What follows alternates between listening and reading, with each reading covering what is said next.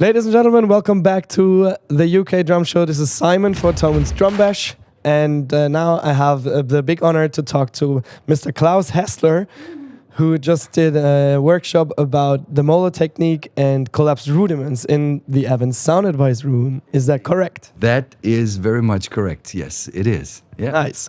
So maybe we can talk about what does the collapsed rudiment system mean to you? And Well, collapsed rudiments is actually something, it's a concept that also goes back to my mentor, James Forbes Chapin, that we all know as Jim Chapin.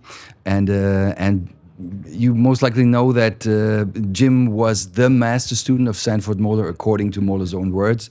And there are people on the planet who are saying that I'm kind of a master student of Jim's in turn as well, who I had the pleasure to know for the last 20-something years of his life. And starting out as a teacher-student relationship to a mentor-friendship thing. And in a nutshell, at some point, Jim possibly got bored with just answering questions about independence and molar technique. So he developed this concept of collapsing and expanding rudiments, or slurred rolls, or slurred rudiments, as he would call it. He intended to also release a book about that, which was intended to be Advanced Techniques for the Modern Drummer, Volume 3.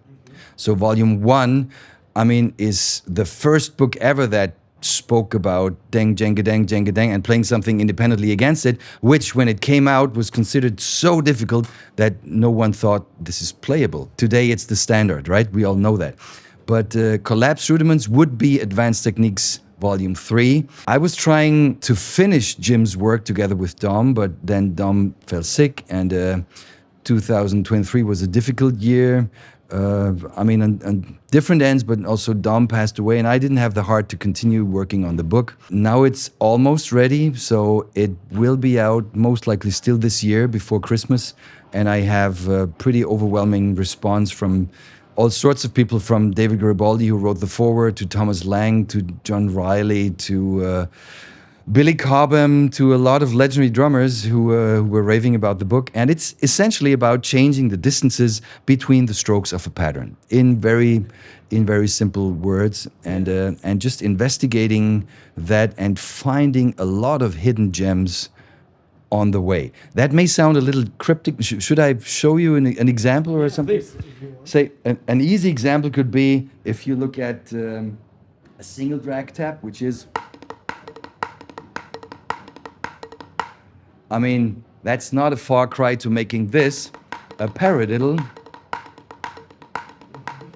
So you could say an inward paradiddle is nothing else than an expanded single drag tap. That's, I would agree. it's kind of obvious. There are other findings on the way. Let's say you take a 7-stroke roll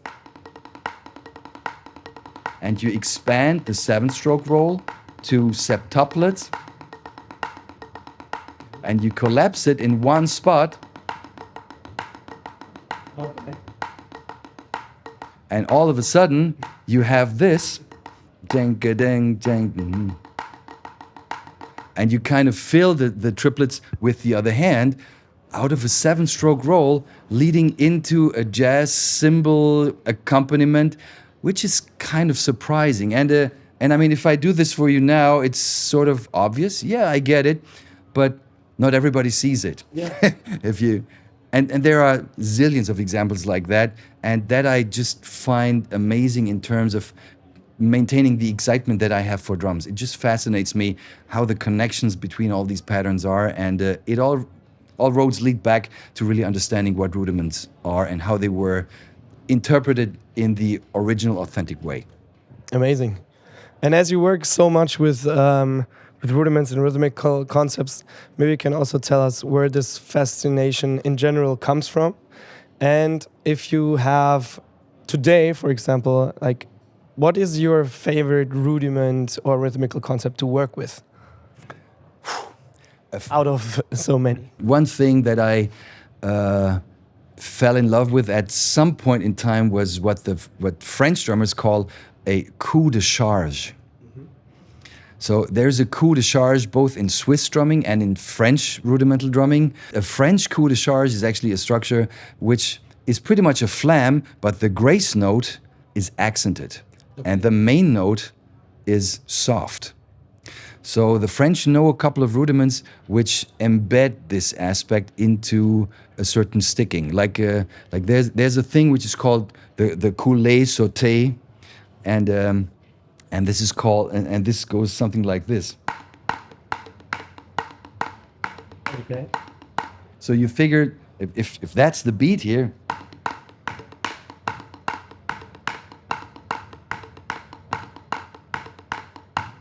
And just that aspect of understanding an accented grace note, get out of here. No one does that, right? So going against that grain and taking the road which is less traveled, I find that fascinating. And it's just one little example here, but it possibly showcases my intention to sort of go against the grain and do things that haven't been done before. And then trying drum set applications with that, which really give you very interesting options.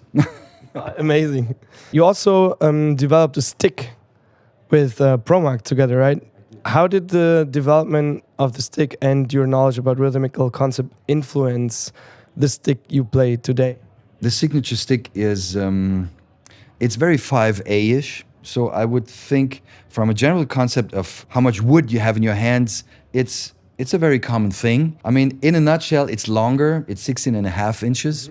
With Promark, you usually have those categories of forward and rebound. And let's say the rebound models usually have a 3-inch taper. This one has a 3.5-inch taper. So it's like some sort of hyper rebound, if you will. So less weight in front of the stick makes for more potential for rebound. The stick will react better, if you will. Also, the tip is smaller as opposed to on a usual 5A. It's the only stick in the Promark family which comes as a combination of the fire grain and the active grip. And what I didn't figure about the fire grain, in the beginning I thought, well, it just looks very cool, so That's true. it's just some advertising thing, you know. But then I thought that there is this little episode from the Odyssey where Odysseus and his companions are caught by Polypheme, the guy with the one eye on the right. And in order to blind Polypheme, they take one of these wooden sticks and they harden it in the fire to Oh no.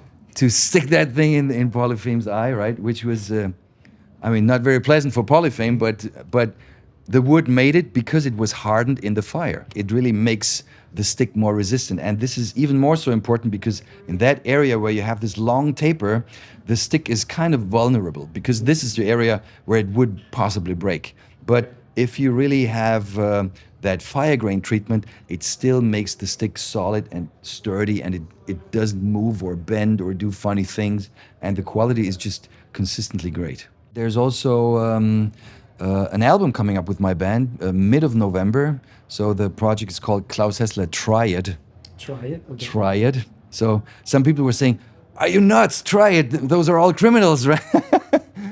But I was just thinking, okay, Claus Hessler Trio. How German does that sound? So it's a triad, it's a trio consisting of Moog and synth and guitar and obviously me on drums. I mean, a lot of the compositions are very drum-centered, but I'm hoping no one hears that, I guess. And it was super fun to write the songs. It was really a process of 1 year writing and arranging the material, then going to a place to record both audio and video all in one go, just like we did couple of years ago with another format and another band.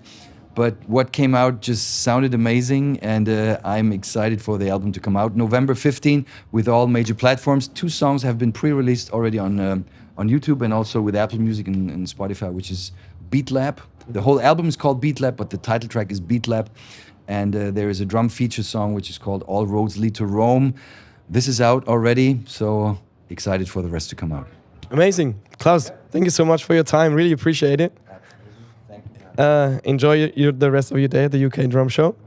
You guys make sure to follow him on social media. He's an amazing teacher, drummer, musician, person. And I'll see you again in the next video. Take care. Bye-bye.